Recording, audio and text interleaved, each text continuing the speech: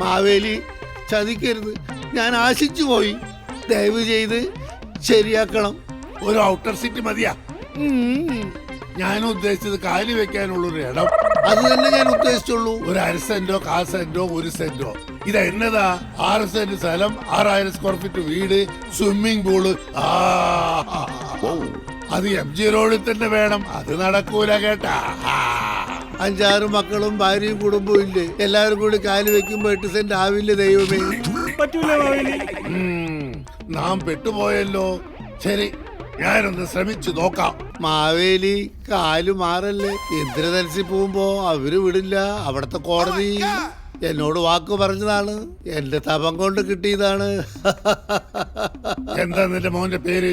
ഗോപാലകൃഷ്ണൻ. ഗോപാലകൃഷ്ണൻ അല്ല, Gopal Krishnan. Gopal. Yeah, yeah. ഓ